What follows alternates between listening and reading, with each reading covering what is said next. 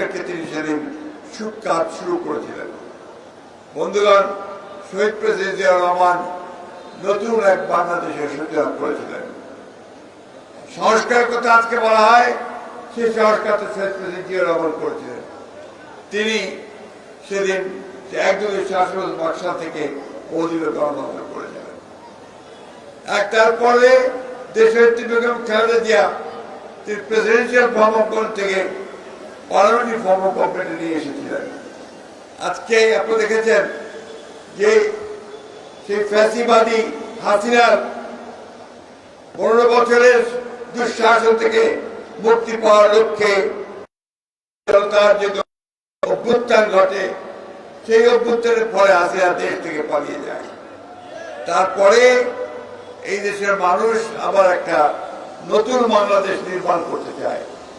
আপনাদের মনে থাকার কথা, ২০১৬ সালে দেশনেত্রী বেগম খালেদা জিয়া নতুন সংস্কারের রূপরেখা দিয়েছিলেন ভিশন 2030। একই সঙ্গে তিনি দেশকে নতুন করে সাজানোর জন্য উৎপাদনের রাজনীতিতে তিনি সব দেশকে সামনের দিকে এগিয়ে নেওয়া যাচ্ছিলেন।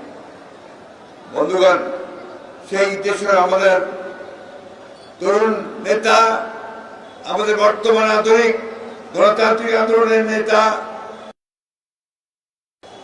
দেশনায়ক জনাব তারেক ২০২১ সালে তিনি ৩১ দফা কর্মসূচি দিয়েছিলেন সংস্কারের জন্য। আজকে সেই সংস্কারই এই অন্তর্বর্তীকালীন সরকার কাজ শুরু করলে আমি তাদেরকে পূর্ণ সমর্থন জানিয়েছি। প্রায় ১ বছর এই সনদ তৈরির কাজ করেছে তারা। গত ১৭ই অক্টোবর রাজনৈতিক দলগুলো তারা একমত হয়েছেন যে সমস্ত বিষয়ে, সেগুলোতে আমরা স্বাক্ষর করেছি পার্লামেন্টের সামনে। এরপরে আবার যখন এই ঐক্যবদ্ধ কমিশনের প্রধান আলী রিয়াজ সাহেব, সেই সঙ্গে প্রধান উপদেষ্টাও তারা আবার নতুন করে প্রস্তাবটা দিলেন, সেই প্রস্তাবের মধ্যে দেখা যাচ্ছে যে সেই সনদে যারা আমরা স্বাক্ষর করেছিলাম সেগুলো সেখানে বিবদ্ধ হয়নি। এমনকি আমরা যে বিষয়গুলোতে আমাদের যে একটা সর্বসম্মতিক্রমে সিদ্ধান্ত হয়েছিল যে আমরা আমাদের যেগুলোতে আপত্তি থাকবে, অর্থাৎ যেগুলো নোট অফ ডিসেন্ট থাকবে, সেগুলো বিবদ্ধ থাকবে, সেটাও সেখানে উল্লেখ করা হয়। সম্পূর্ণ নতুন করে চিন্তা ভাবনা নিয়ে আসা হয়েছে।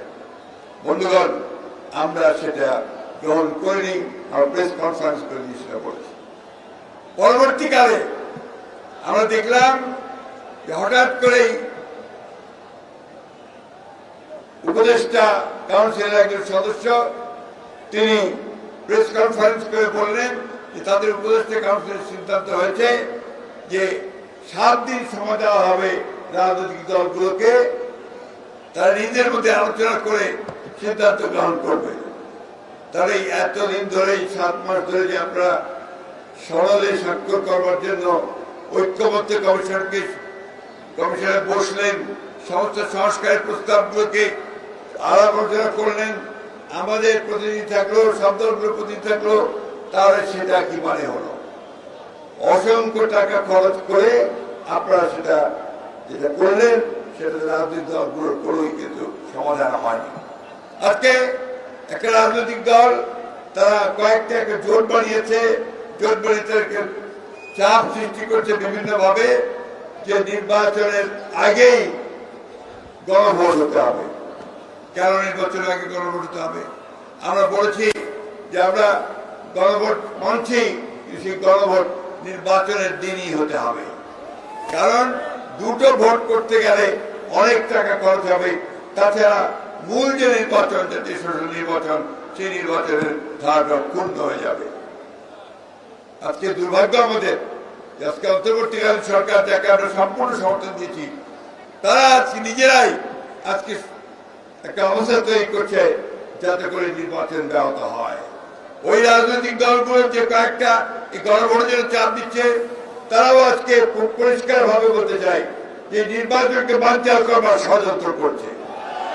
আমরা খুব পরিষ্কার করে বিরোধ দিতে চাই গণভোট হলে নির্বাচনের দিনই হতে হবে এবং সেই নির্বাচন 2026 সালের ফেব্রুয়ারি মাসেই হতে হবে, অন্যথায় বাংলাদেশের মানুষ কিছু মেনে নেবে না। বন্ধুগণ, 7 নভেম্বরের চেতনা হচ্ছে গণতন্ত্রের চেতনা। আমাদের জন্ম হয়েছে বিএনপি সংস্কারের মধ্য দিয়ে।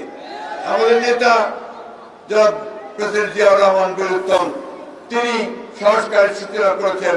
আর আজকে জনাব তারেক রহমান নতুন সংস্কার 31 দফা কর্মসূচি দিয়ে গোটা জাতিকে সামনেকে এগিয়ে দেওয়ার একটা ব্যাংকের খাতা দিয়েছেন। আমরা সেই লক্ষ্যে এগিয়ে যাব। আমরা এই নির্বাচনে অংশ নেব এবং ইনশাআল্লাহ এই নির্বাচনে জয়যুক্ত হয়ে আমরা একটা নতুন বাংলাদেশ গড়ে তুলব। আমি যুবক ভাইদেরকে আহ্বান জানাতে চাই, তরুণদেরকে আহ্বান জানাতে চাই যে আসুন, আপনারা যে ত্যাগ স্বীকার করেছেন, আমাদের যে হাজার হাজার নেতা কর্মী মারা গেছে, আমাদের যারা সহকর্মী সহযোদ্ধা তারা মারা গেছেন, তাদের আত্মার প্রতি শ্রদ্ধা জানিয়ে আমরা সামনের দিকে এগিয়ে যাই এবং আমরা আমাদের বিজয়কে সুনিশ্চিত করি। এই কথা বলে আমি র্যালি শুরু ঘোষণা করছি। আসুন আমরা র্যালির দিকে যাই। র্যালি কোথা থেকে কোথায় আমি বলে দেবো। র্যালি এখান থেকে শুরু হয়ে পড়া না বলো